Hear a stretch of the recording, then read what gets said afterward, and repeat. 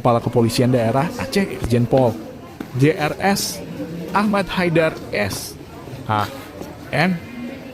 meninjau kegiatan vaksinasi Merdeka dan vaksinasi Merdeka Anak yang dilaksanakan di Aula Pendopo Wali Kota Subulu Salam. Pelaksanaan vaksinasi tersebut langsung ditinjau oleh Kapolda Aceh bersama Wali Kota Subulu Salam, Wakil Wali Kota Subulu Salam.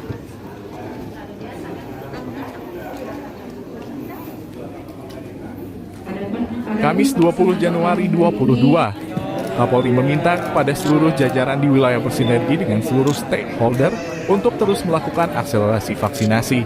Pelaksanaan vaksinasi yang dilaksanakan secara serentak tersebut menargetkan capaian 1 juta lebih, agar wilayah yang masih di bawah 70% mengejar ketertinggalannya. Dalam arahannya tersebut, Kapolda menyampaikan bahwa vaksinasi Merdeka Anak merupakan tindak lanjut dari instruksi Presiden melalui Kapolri yang menginginkan anak-anak Indonesia mendapatkan perlindungan dari ancaman virus COVID-19.